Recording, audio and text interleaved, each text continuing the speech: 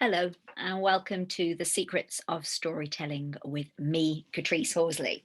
Today it is episode 8, and it's the second episode under the heading of organizational storytelling. And in this episode, well, I'm calling it Working at My Best. And although this is organizational storytelling, the process that I'm going to share with you and the technique works really well with any group, whether it's students or in community centers, whatever, that need to work closely with each other in a cooperative and supportive way. So, working at my best. And what this hangs on is really communication, effective communication, communication that means the same thing to everybody that they can all understand. And what do I mean by that? Surely, if you say something, people will understand. Absolutely not. No, they won't. And let me clarify this for you. I want you all now who are listening to just imagine the letter A. I want you to close your eyes and imagine the letter A in your mind's eye. And just think about that for a second. And open your eyes. Hello again. Now, if there's somebody near you, ask them to do the same. Ask them to think of the letter A. And then ask them to describe their letter A to you, and you describe your letter A to them. And I reckon it will be a different type of letter A. I do this at the start of almost all of my training sessions. And if I'm doing a conference and everybody's there in the audience, perhaps 150, 250 people, I ask them all to imagine the letter A. And then I ask them a series of questions, who saw a black letter A red letter A, a yellow letter A, a blue letter A. If you saw a black letter A, was it on a white background? And you'll see when I say who imagined a black letter A, lots of people put up their hand, and then I'll say on a white background, and some will take down their hand, and I'll say on a pink background or a blue background. How many people saw the letter A being drawn? How many people saw a capital letter A, a lowercase letter A? How many saw movement in it? How many had different colors, flash? How many even didn't think of the letter A but saw an apple or something beginning with the letter A? And how many of the people couldn't see the letter A but they knew the letter A? And literally every single time I have done this, not everybody in that audience, in that group, has imagined the same letter A. Even a group of 8 people, you'll have 8 different letter A's imagined. I'll ask people to think of an elephant. And then ask them, what kind of elephant was that? I'll ask one person, what kind of elephant did you imagine? They might say, oh, just a cartoon elephant, Dumbo. And I'll say, who wasn't like that? Who didn't imagine that? Oh, what did you imagine? Oh, I imagined a real elephant, like a real life elephant. Okay. And was it moving? No, it was just like a photograph of a real elephant. And who imagined something different? And somebody will have imagined an elephant like in a children's coloring book. All these different elephants, all these different letter A's, and all I am asking is for the people to imagine one thing.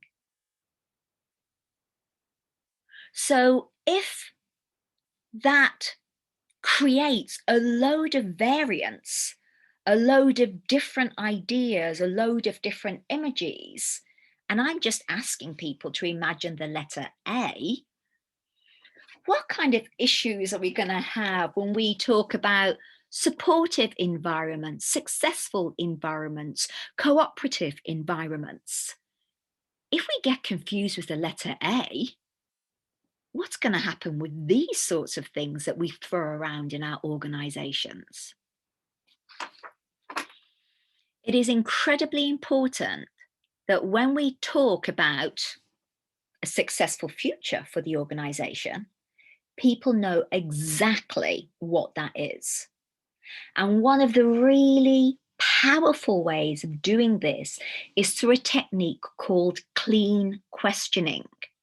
And I'm going to put a link underneath to a brilliant, brilliant talk given by a woman called Caitlin Walker on the technique that was developed in New Zealand.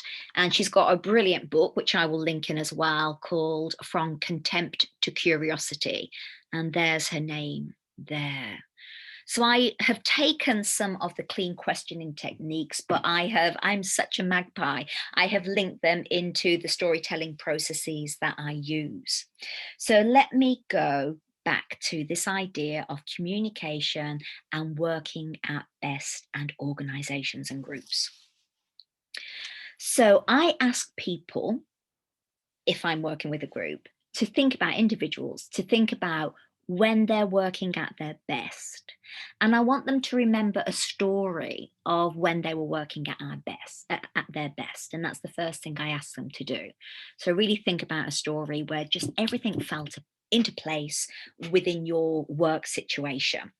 And then I ask them to share that story with somebody, and somebody shares a story back with them. And then what I want them to do is think about a metaphor that describes it. So when I'm working at my best, it is like.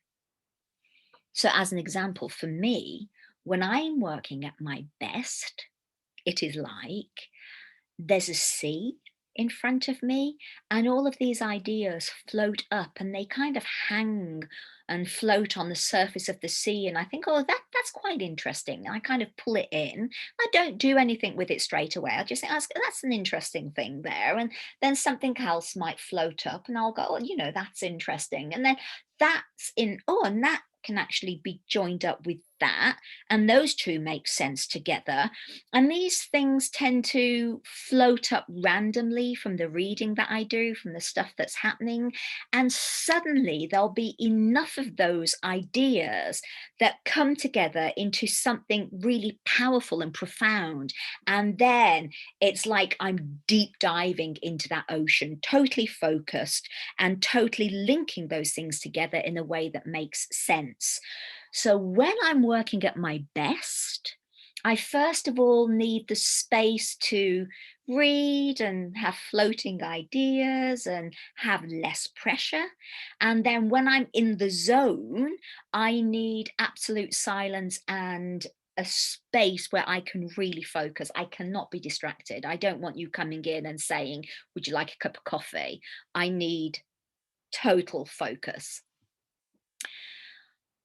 What that means when I ask people to share when I'm working at my best, think about it seriously, share that with somebody else, one of your colleagues. What that means is suddenly your colleague understands that when you're working at your best, there'll be times when you need to chat, but there'll also be times when you need to separate yourself, put some silent muffler headphones on, and not be disturbed. And so they actually find out the best way for supporting you in working at your best. And you find out the best way in supporting them at working at their best. And what can happen within an organization is we start at that level with the individuals, the employees, and they share within their groups like HR or sales or whatever. They share in their small groups what they need and what they recognize it's like to be working at their best. And they share that with the people. So that small group can support everybody who's within that group. And then you can take that idea a little bit further, because then you say, okay, so if that's all 12 of you in HR, and you all know what each of you needs to be working at your best, which will be quite different with each person, what do you think HR needs from the rest of the organization to be working at their best?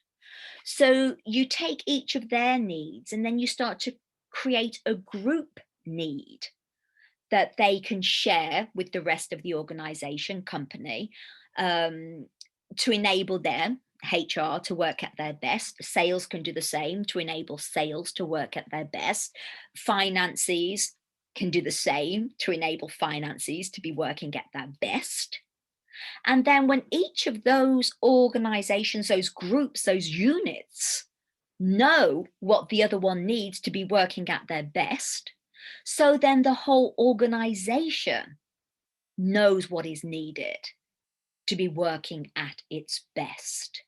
And you suddenly have powerful stories coming up from this idea of what we need to be working at our best.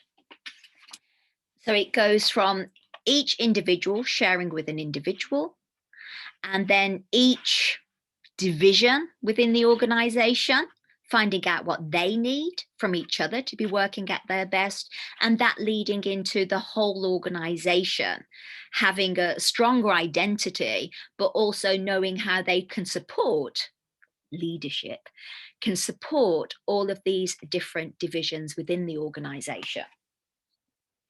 It might sound like a lot of hard work at first, but what actually begins to happen is, because each person within the group knows what the other person needs to be working at their best, that it almost becomes a snowball effect, that less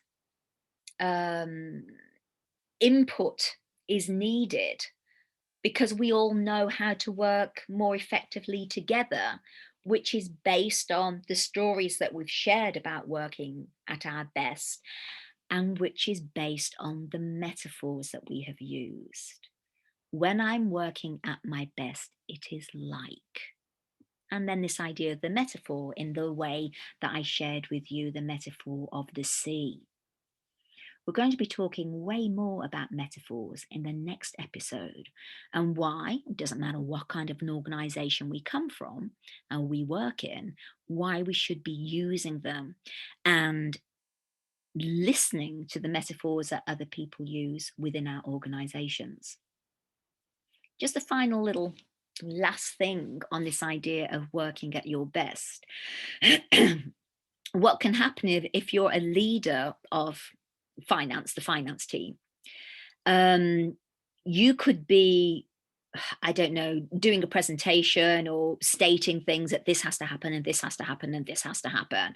And somebody within the team could stop you and say, hold on. We know that John doesn't work at his best when you're given lots and lots of instructions without pausing and giving us time, or giving him time to reflect on what you've said before you move on to the next thing.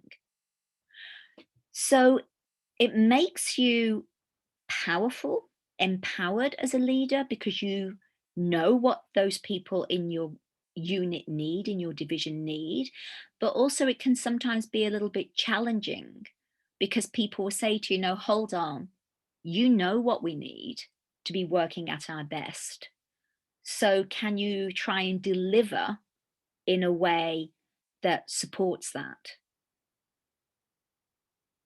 In order to be a true leader, you have to be courageous enough to be vulnerable. It is not about putting on a mask and being invincible. It is often about taking off the mask and being vulnerable. Because once you do that, you enable people to step towards you and to step towards each other and to show their own vulnerabilities. So it is a challenge, but it is a challenge, I feel, that reaps just the deepest and most profound and meaningful results when you are working with groups of people, and when you want them to be able to identify what it is that they need to be working at their best. I hope that was useful. Please remember to subscribe to the channel, and please leave comments and questions for me below, and I will respond to those. And I want to thank all of you so much who have subscribed. It makes such a difference to me, because let me be vulnerable, it is hard. during these times to feel that you're making any difference.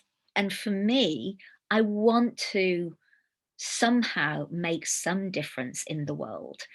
And I know that stories do, and I know that storytelling does. So the fact that you have bothered to subscribe and you have bothered to leave comments is so meaningful for me and makes me feel that in a very small way, perhaps I am making a little bit of difference for some people. So thank you very much for listening. And the next episode, as I say, will all be about metaphors that are so powerful that sometimes they become meta fives and meta sixes. That's a little joke for you. Have a lovely, lovely day. Take care and stay hale and hearty and healthy. Bye bye.